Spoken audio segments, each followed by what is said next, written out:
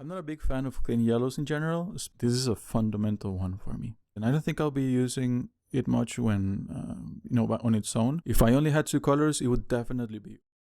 I almost didn't make this video. I did think about it and I started filming it, but the footage, it wasn't so good. I started having issues with my tripod and so on. So at the end, I decided to just jump into something else. But, after I viewed some of your requests in the comments, I thought, why not? So here you go. So this is the palette once again, and just as a recap, there are 21 colors. They are all Daniel Smith. And not only I love this brand, but I also, luckily, this is one of the ones that I have the easiest access to. So yeah, I know it's not cheap, but I really think that it's worth every penny. Now for the palette I'm using, this is a cheap one. I think I paid like $7 for it or something like that. So cheap and cheerful. In the future I might upgrade to one of those fancy Mijello ones, like this one that I have here with my full range of colors. I think I have close to 34 colors, something like that here. And it has a massive space for mixing. I absolutely love it, but it is not very convenient to carry around and paint outside or in coffee shops and so on. So that's why I decided to put together a new, smaller one. I also really like how all the colors are on the same side. It feels more comfortable to me when I go in with my brush and try to scrub some of the colors out of the wells. This time we're using Strathmore watercolor paper. This is the 400 series, which I've been enjoying so far. And I got already some squares here drawn, so I don't waste too much of your time. I'll split this video in 3 sections. So warm colors, cool colors, and then earth tones. So let's start swatching. So these are my warm colors. Starting with buff titanium, I tried to put together a palette not just with the basic split primaries, but also some colors to experiment with. This is one of those. It is nice to paint some stone effects, sand, even some skin tones, and I can mix it with others for some interesting pastels. I'm not a big fan of clean yellows in general, especially the cool ones. They just make me feel weird. Maybe it's the acidity to them. But I still decided to have Hansa yellow medium here so I can mix with other colors, especially to adjust my greens. Even though Quinacridone Gold is a yellow, it's a very earthy one and it has tons of personality and versatility. It is on the warm side when on matte tone, but as you dilute it, it tends to cool down a little bit, but still in a very interesting way. So I think this is my main yellow. I of course have to have some sort of primary or split primary setup on my palette, so here's one of those, Pyrrol Scarlet. This is an essential one for me. It is super versatile, it is especially useful to mix bright oranges, but also I find it very interesting to mix it with greens, and you will make some desaturated shades and even really darks, blacks pretty much. Pyrrol Crimson is a color that I like a lot, but I have to keep experimenting with it.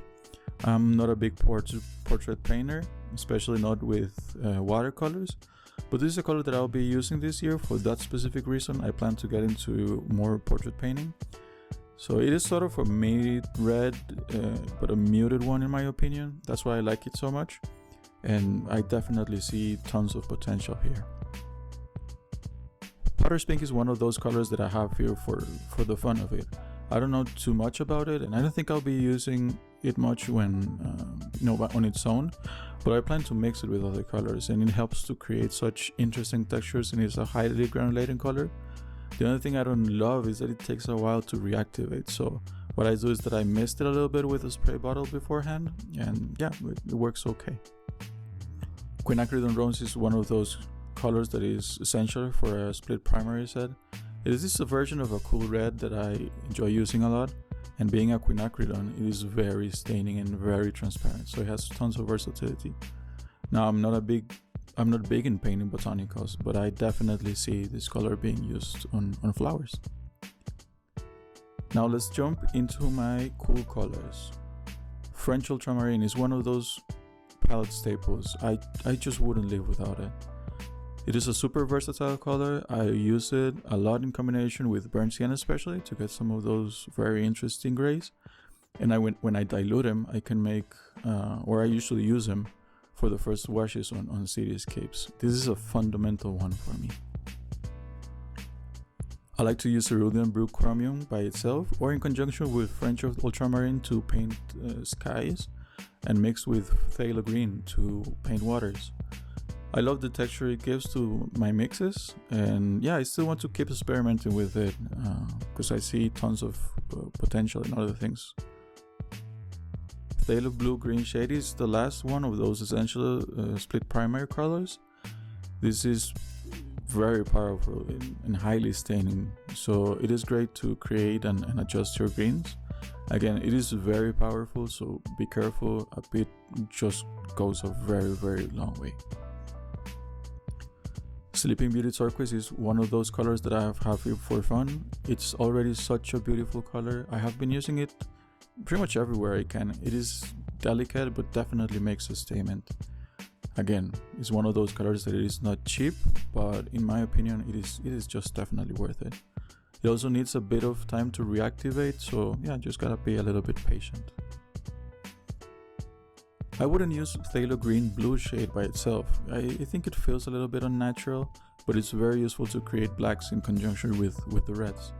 You can use it to tweak blues to make watercolors or things that are far in the distance, or even create some greens along with Quinacridone Gold. Now in the last video I mentioned how I tend to have issues with those greens that sometimes come in the sets. They tend to feel kind of unnatural, almost plasticky, and I think they are very difficult to adjust and make something useful out of them. So that's why I have Undersea Green, and this is the complete opposite. It's very natural and it separates in such an amazing way that I had to include it here. Then similar to Undersea Green, there's Serpentine Green. Also separates into a shade of brown and a shade of green, and yeah, it's a great effect for greenery. It is a lighter shade of green than Undersea Green, but it never disappoints me. By the way, are there any colors that you would change or add? Maybe colors you hate or can't live without? I'm just curious, so just let me know your thoughts. Let me know in the comments. Lastly, my earth and neutral colors. If I only had two colors, it would definitely be Ultramarine and Yellow Ochre. I know some people like to swap it for raw Siena or even transparent yellow oxide. Maybe because, yeah, Yellow Ochre is a little bit weak, but still it is one of my favorite ones. I might try raw Siena someday, but yeah, we'll see maybe further ahead. Quinacridone Burnt Orange is one of those colors that just gives me so much fun. I find that wherever I go, there are signs of rust all over the place, whether it's in buildings, monuments, bridges, whatever. And it is one that I feel is the perfect color to paint those rust stains. So yeah, Quinacridone Burnt Orange. Like I mentioned, I mostly use burnt sienna for those first stages of painting in conjunction with ultramarine to, determine those warm, neutral, and cool sections of the painting. So yeah, it is very natural, very versatile, and once again, it is a must. Indian Red is not a color that I chose by myself, but I saw it suggested by Jane Blundell, and I definitely see why. It is very opaque, almost like gouache, so that's a little bit weird. So I either use it very diluted, and also I really enjoy the granulation, but you can use a little bit thicker and mix it with some phthalo green to make a very, very dark and opaque black. So you can use that to add some accents at the end of your painting. When I'm painting still life or vegetation in general, the raw umber is one of those colors that I use to darken my mixes in a way that looks very, very natural. Now I like it because it also does not desaturate too much the original color. So yeah, this is one of the colors that might not be very showy, but it's always there for me. Okay, Jane's Gray, I know it is a little bit of a note, but I already have ultramarine and burnt sienna, so yeah, why this? It feels a little bit repetitive. Well, it is precisely because it is a convenience mix. It has the perfect shade that I love to mix. So yeah, in this case I can just go ahead and add it to my paintings, usually in those middle layers for the shadows and the dark accents. So yeah, I think this is very, very useful. Now, last but definitely not least, Sodalie Genuine. This is one of the colors that I like the most in this palette, precisely because of its granulation and the crazy textures that it makes. It is just so much fun, and it always reminds me to let it do what it wants and enjoy the uncertainty of it, just like watercolors in general. So this is the palette you'll be seeing this year in most of my watercolor videos. I'm considering to put together a smaller palette just with my essential colors, maybe 6 to 8, something like that. Probably in a portable painter micro, you know, just for fun.